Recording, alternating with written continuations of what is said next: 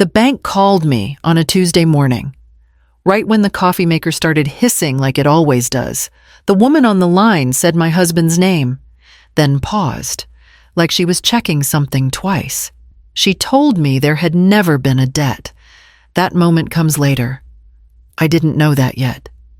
Back then, everything was smaller, quieter. I lived inside routines because routines don't argue back.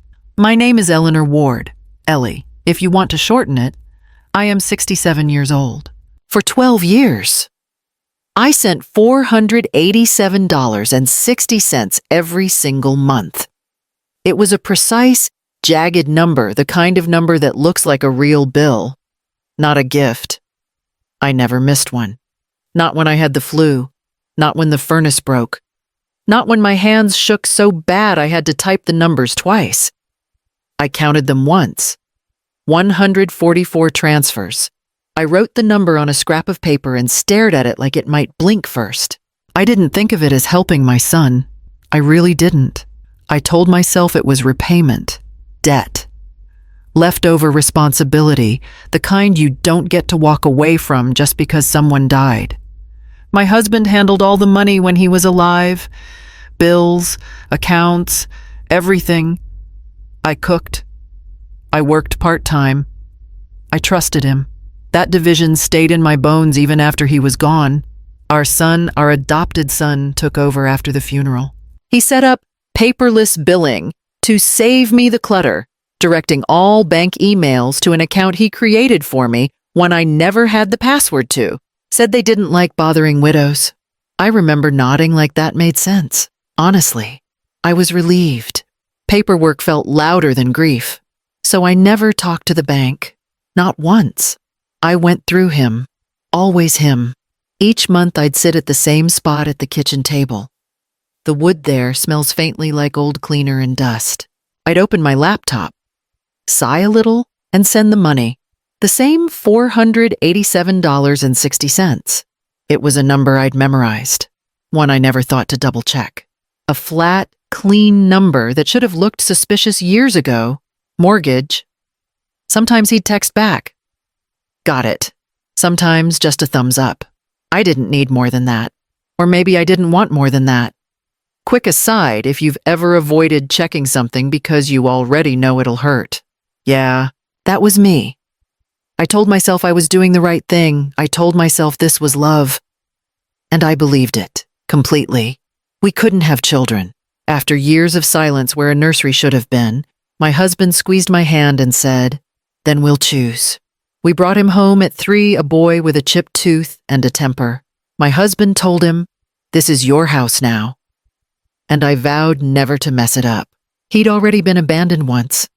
I wouldn't be the second. That was the root of it, me saying yes when I should have paused. Trusting, because trust felt like proof of love. As he grew, things didn't fall apart, they slid. Jobs didn't work out. "They don't appreciate me," he'd mutter.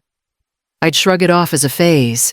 Even after my husband passed, he'd wave away my financial questions with a firm, "Mom, relax. I've got it." He used the word mom like a shield, and I crushed every doubt that surfaced. To question him felt like disloyalty. After choosing him as family, I couldn't handle the thought of walking away. The house was still full of cards when he brought it up. Sympathy envelopes stacked on the counter. Food I didn't remember ordering. Everything smelled faintly like flowers that had already started to turn. He waited until the evening. Smart move. I was tired. My head felt stuffed with cotton.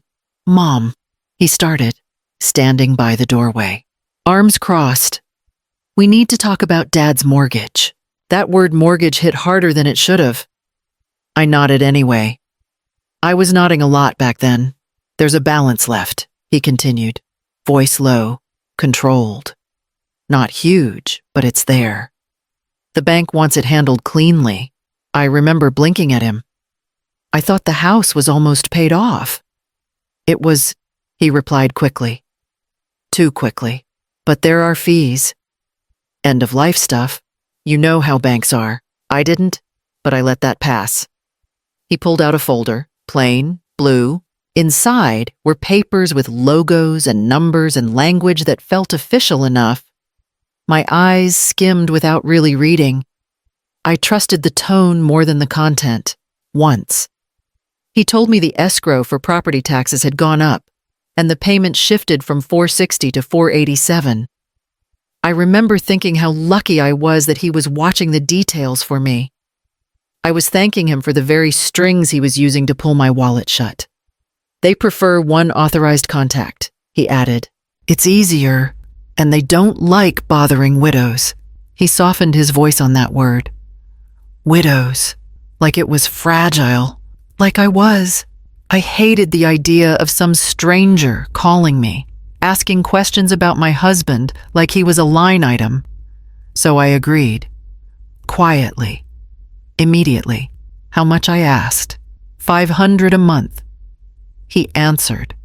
No hesitation. I'll handle everything. You just send it to me, and I'll make sure it goes where it needs to. I stared at the papers again. My hands shook a little. He slid the folder closer, like that might steady me. I didn't verify anything, didn't call the bank, didn't ask for a second copy. It felt wrong to dig into details when the ground was still fresh on his grave. Questioning felt cruel. Not to my son, to my husband. Grief doesn't make you stupid. It just makes you quiet. I needed paperwork for the roof. Nothing dramatic. The contractor wanted proof of the old mortgage, something with dates. I sighed, picked up the phone, and called the bank my husband used. The hold music crackled like it was coming through a bad speaker. I waited, tapped the table once, stopped myself from tapping again. A woman came on the line. Calm voice, professional. She asked for my husband's name and my address. I gave both without thinking. I'm looking for a copy of the original mortgage, I told her. For repairs. I heard typing. A pause. More typing. Mrs. Ward, she said. Careful now. I'm looking at the record. Okay. There was a loan. Yes, but it was cleared. I frowned. Cleared how? Through insurance, she explained. A protection policy, activated at the time of death. I felt my throat tighten. There's still a balance. I pushed back. I've been paying it. Another pause. Shorter this time. There has never been an outstanding balance on this account, she replied. Not defensive, just factual. The mortgage was closed upon death. Mrs. Ward, your husband had excellent insurance. I stood there with the phone pressed to my ear, staring at the small stain on the counter I'd never managed to scrub out. My coffee had gone cold. I hadn't noticed. That can't be right, I muttered. Someone's been handling it for me. If you'd like, she offered. I can mail you the settlement documents. Yes, I breathed. Please do. We ended the call politely. Thank you. You're welcome. All the usual words that suddenly felt useless. I didn't call my son. Not right then. I didn't cry either. I sat down slowly, like my legs had learned something before my head caught up. For 12 years. I'd followed a routine without question. A payment. A note. Silence. If there was never a debt, then every transfer I made had gone somewhere else. I opened the drawer I never touch. Bottom left. Sticks sometimes. Always has. Inside were the receipts, lined up by year like they were waiting for inspection. I hadn't organized them recently. That was old muscle memory. Habit from a life where keeping track felt like control. I pulled them out one by one. Paper rasping against paper. The smell was faint, dusty, like old envelopes. I counted slow. 144 slips. I wrote the math out because my head didn't want to hold it. 12 years. $500 each time. $72,000. That number sat there. Heavy. Quiet. I opened my phone and scrolled through messages. His replies were short. Efficient. Received. Sometimes a thumbs up. Never paid. Never bank. I hadn't noticed that before. Or maybe I had and filed it away under "don't be dramatic." I leaned back and rubbed my eyes. Okay, I told the empty room. Maybe he borrowed it. Temporarily. I pictured him stressed, juggling things, meaning to fix it later. That version of him felt easier to live with. Here's the thing. I wanted that version to be true. I needed it to be. So I tested it. I sent another payment.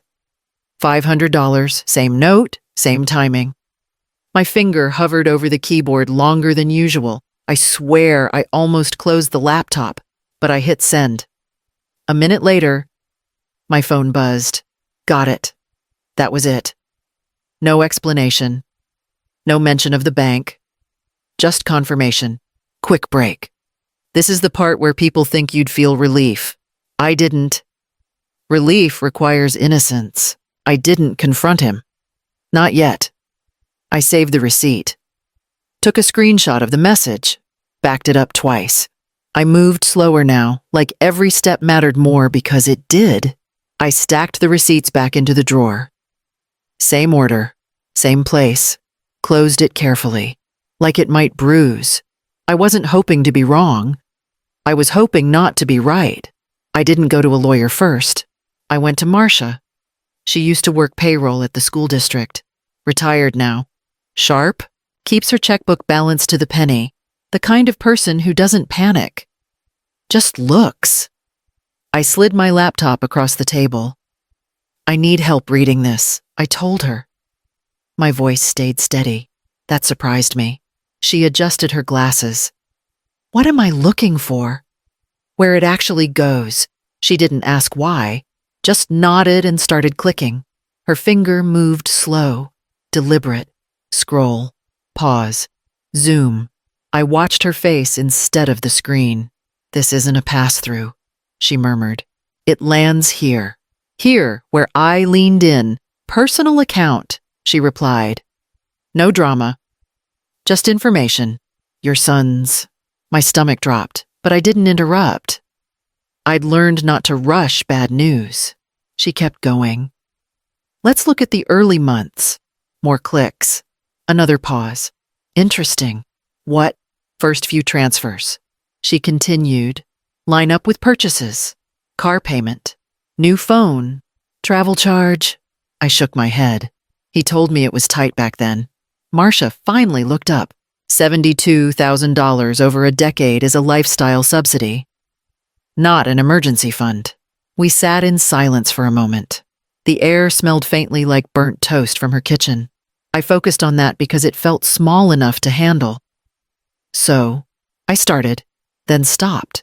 Started again. It wasn't an emergency. She closed the laptop gently. No, emergencies spike. This is steady. Steady. That word stuck. I drove home slow. Didn't turn on the radio. Didn't call anyone. I walked into my house and stood there like I was waiting for permission to move. I replayed the early years in my head. Him calm, confident, never scrambling, never asking for more. Just $500, like clockwork, like a plan that only needed time. I thought about the way he'd always told me not to worry. How convincing he was when he wasn't asking for anything extra. Quick note to you. Since you're here with me now, this is the moment when denial runs out of places to hide. I didn't cry. I didn't scream. I opened a new folder on my computer and named it Records. There was no crisis. Only patience. He brought it up casually. Too casually. We were standing in the kitchen. Not facing each other. That mattered. You've been forgetting things lately. He told me. Not accusing. Concerned. Smooth. Nothing serious. Just little stuff. I kept my eyes on the sink. Like what? He shrugged. Bills, appointments. It happens. A pause. Then, softer. I worry about you. That was new. Worry. He'd never used that word on me before. I was thinking. He continued. It might be smart to get power of attorney in place. Just in case. For your protection. He stressed those last words. like they were padding. I turned toward him. You mean control? He smiled, small and patient. No, I mean help. I let the silence stretch. He hated silence. Always had. It wouldn't change anything. He added, I already handle most of this. It just makes it official. Cleaner. Cleaner. Like messes disappear when you stop naming them. I thought about the folder on my computer. The transactions, the dates, the way he'd never asked for more because he didn't need to. I thought about the boy we chose, the promise I made to myself not to abandon him. If you trust me, he went on, voice tightening just a little. This shouldn't be a problem. That was the shift. Trust. Now framed as obedience. I nodded slowly. Let me think about it. He exhaled. Sharp. Mom. There's nothing to think about. There is for me. I replied. My voice surprised both of us. He watched me for a second, measuring. Then he backed off. Okay, take your time. He kissed my cheek before leaving. I stood there long after the door closed, the faint smell of his cologne hanging in the air, feeling the line draw itself inside me. If I pushed forward, I'd lose my son. If I stepped back, I'd lose myself.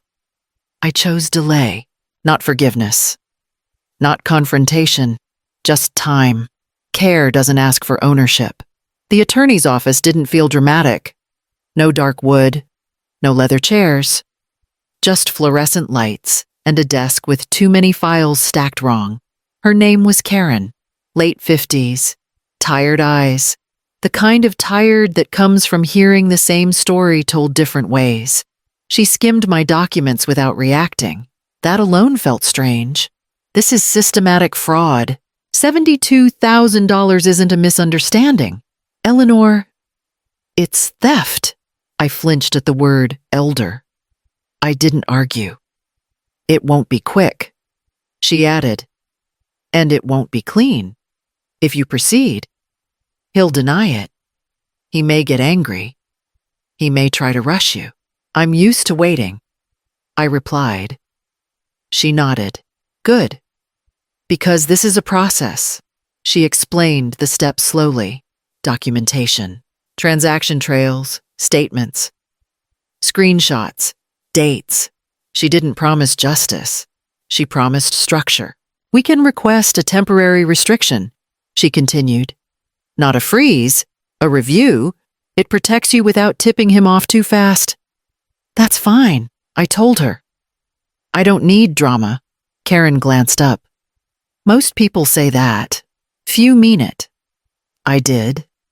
Back home, I turned my dining table into a map of my own life. Receipts on the left, messages on the right, bank letters in the middle. I labeled folders, backed things up twice, then once more, because I didn't trust myself not to mess it up. I moved carefully now. No sudden calls, no accusations, just facts, lined up in order. Small break here if you're imagining some rush of empowerment. You can stop. This felt slow, heavy, like carrying boxes down a long hallway. My phone buzzed that evening. A text from my son. Everything okay? I stared at it. Let it sit, then locked the screen. Justice doesn't arrive loudly. It arrives prepared. He called that night. Not a text, a call. That alone told me something had shifted. I answered on the third ring. Didn't greet him. What did you do? His voice was tight, controlled in a way that meant it wasn't. I met with someone. I replied. That was true. Enough. You went behind my back. He snapped. I told you I was handling everything. You told me a lot of things. He exhaled hard. I pictured him pacing. He always paced when he felt cornered. This is ridiculous. He pushed on. It was only a few hundred a month. You're old, Mom. What do you even need it for? There it was. Not the anger, not the insult.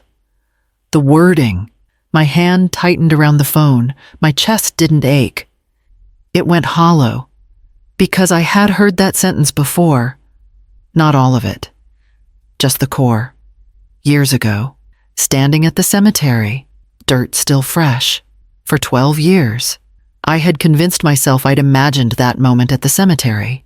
I told myself the wind had carried a stranger's voice, or that my grief was playing tricks on me when I heard him mutter, "She's old. What does she need all this for anyway?" I chose to believe a lie because the truth meant I was truly alone. But hearing it now through the speakerphone, the ghost of that memory finally solidified into a weapon. It was just a monthly allowance. "Mom," he said, his voice stripping away the last of the illusions. "You have your pension. You didn't even notice it was gone." I was managing things, keeping it simple. You always get confused with paperwork. I looked at my laptop, open on the table, the folders, the dates, the neat rows of proof. I wasn't confused. I told him. My voice sounded flat. "I was trusting you." He laughed once. Short, mean, same thing. That laugh did it. Not the money, not the years. That laugh. I switched the call to speakerphone and laid the phone on the table, right next to the laptop's microphone. "I just want you to say it again." I told him. "Explain it to me like I'm slow." He didn't hesitate. "You don't need that money." "I do. End of story." Quick pause here. Because this matters, people imagine betrayal as loud. It isn't. It's clean, efficient, rehearsed. I let him talk. Let him explain himself into a corner he didn't see. When he finally stopped, breathing heavy, I spoke once more. "You sound just like you did at your father's grave." Silence. Thick. Then the line went dead.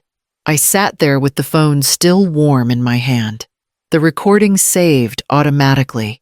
My reflection dark in the screen. Some truths don't hurt because they're new.